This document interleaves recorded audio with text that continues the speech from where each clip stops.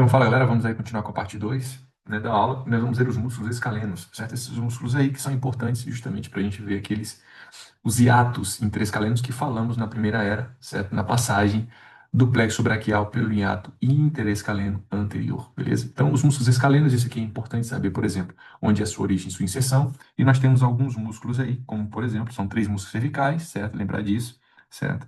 Que participam aí na inspiração forçada, beleza? Elevando a primeira e a segunda coxicha, certo? E flexionando lateralmente e anteriormente o queijo.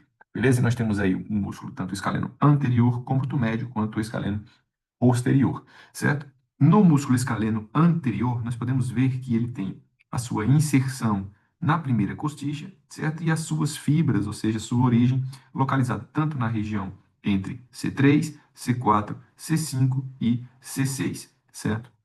Já o músculo escaleno médio, nós temos localizado também a sua inserção na primeira costicha e as suas origens em C3, C4, C5 e C6 e C7, beleza? E já o músculo escaleno posterior, nós temos desde a segunda costicha, a sua inserção, e a sua origem vai estar de C3 a C7, beleza? Eles estão inervados aí por ramas anteriores dos nervos espinais cervicais, tranquilo? Entre esses músculos, pessoal, que é o que a gente tinha falado na primeira era, sobre o plexo braquial, nós temos aí um hiato muito importante, ou seja, um espaço muito importante, que é esse espaço que é o hiato interescalênico anterior, beleza? Que é por meio do qual nós temos entre o músculo escaleno anterior e médio a passagem do plexo, ou do tronco primário do plexo braquial e também a nossa artéria subclávia, certo? Que passará nessa região. Então, hiato interescaleno anterior, questão de pergunta de oral, certo? Vai passar o tronco primário do plexo braquial e a artéria subclávia, tranquilo? Já o hiato interescaleno posterior, certo? Que é a união aí, que é entre o músculo escaleno médio e posterior, certo? Por detrás, nós temos aí o conteúdo de nervo serrato anterior ou torácico largo, certo? Recordar uma coisa muito importante, certo? O músculo escaleno anterior se relaciona por delante, certo? Com uma vena subclávia, tá? E o nervo frênico, perfeito? Então, o nervo frênico passa anterior a este músculo escaleno anterior e temos também a vena subclávia passando por anterior a ele, tranquilo?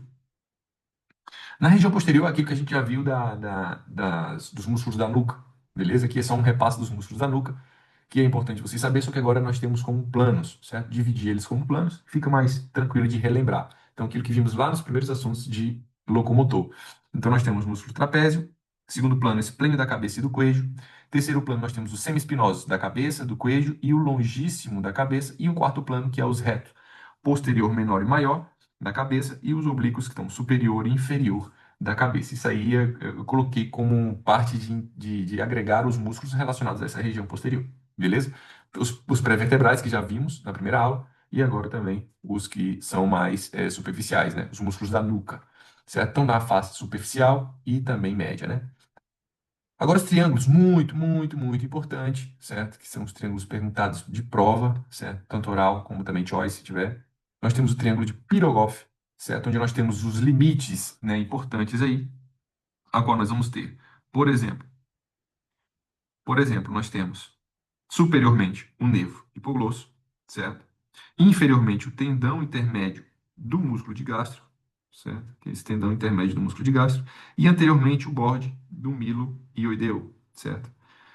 Então aqui nós vamos formar o triângulo de Pirogoff, beleza? Então superiormente ao nervo hipoglosso, certo? Então qual é o seu conteúdo? Artéria lingual e vena também lingual, tranquilo? Depois nós temos o triângulo de Becklard, certo? Que antero-superiormente nós temos o ventre posterior do digastro, né? Ventre posterior do digastro. Depois nós vamos ter quem mais? Inferior, o corno major do iódes, certo? Corno major do iódes. E nós temos posteriormente o borde posterior do hipoglosso, que nós não podemos ver este músculo aqui, mas é como se pudéssemos fazer a divisão dessa maneira, tá? E nós temos quem como conteúdo? Nós temos tanto o nervo hipoglosso, quanto a vena lingual, quanto a artéria lingual, beleza? Já no triângulo de Farabeuf, certo? Nós temos aí as delimitações. Superiormente, o nervo hipoglosso, certo? Anteriormente, o tronco venoso, certo? Tirolingo-faringofacial. E nós temos posteriormente a vena jugular interna, certo? Então, nós temos como conteúdo a bifurcação carotídea, certo? A bifurcação carotídea. Agora, nós temos a artéria carótida interna e a artéria carótida externa, que vai dar suas ramas no coelho, certo? E temos aí como, por exemplo, ramas tiroide, faríngea, facial, lingual, e é do tronco tirolingo-faringofacial, certo? Que é esse tronco aqui, beleza? Então, isso aí é o que vai cair no Joyce ou em exame oral. Saber os limites, tem que ter superior, anterior e posterior, e quais os seus conteúdos. Tá? Isso aí é o que eles vão cobrar, beleza? Isso aí é o que vai ser cobrado de vocês.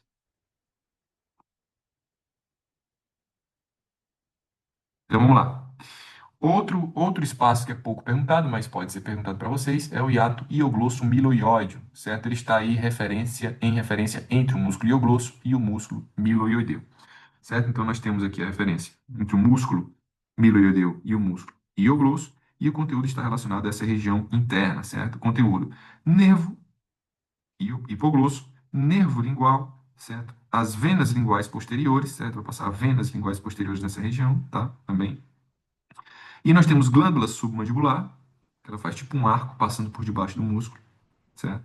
Glândula submandibular e o conduto submandibular ou de Wharton, certo? Wharton, sei lá, algo assim, beleza?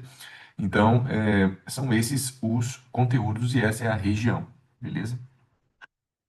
No mais, nós temos o plexo cervical, certo? Vocês vão encontrar isso na página 382 do livro, certo? Então, estudem e deem uma lida no livro, certo? Para complementar o estudo de vocês. Então, o plexo cervical, lembre que o plexo braquial, a gente estudava que é formado, um grande rede nervosa formado pelas ramas anteriores de C5 a T1 e tem ajuda ali das acessórias de C4 e T2.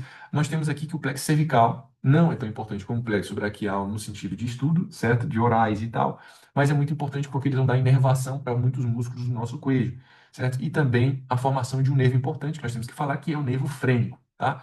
O nervo frênico que é o mais importante dessa região, que vai dar inervação até o nosso diafragma, perfeito?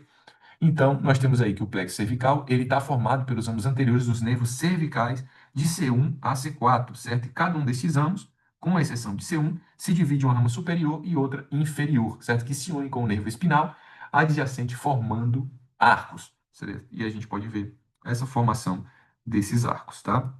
Vão se unindo e vão formando os arcos, tá bom?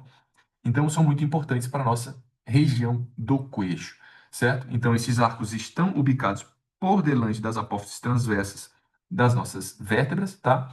E o plexo cervical está ubicado por detrás do músculo escaleno anterior, onde suas ramas, dá ramas superficiais e sensitivas e ramas profundas motoras, certo? Isso aqui é para vocês saberem do plexo cervical, tranquilo? Então, leiam lá na formação, lembra da primeira aula?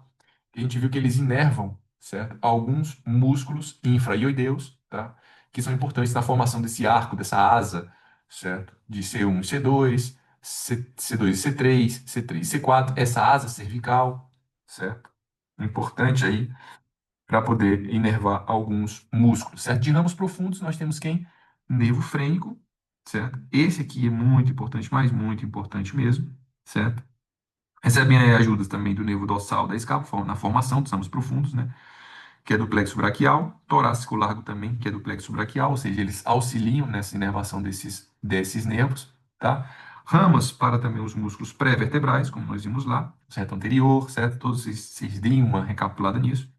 E os ramos laterais que se unem com o nervo acessório, certo? Ou espinal, certo? Que são que é um par cranial, tá bom? Então vocês estudem dessa maneira, estudem, repassem, vejam desde a primeira aula, vejam a segunda aula, para que quando for na, no nosso encontro presencial a gente possa finalizar com chave de ouro, beleza? Então repassem os triângulos, certo? Que são muito importantes, e também os hiatos, os espaços, tanto interescaleno anterior como posterior, e que estrutura passa anterior ao músculo escaleno anterior, vena subricável e o nervo frênico, beleza? Então tamo junto, é isso aí.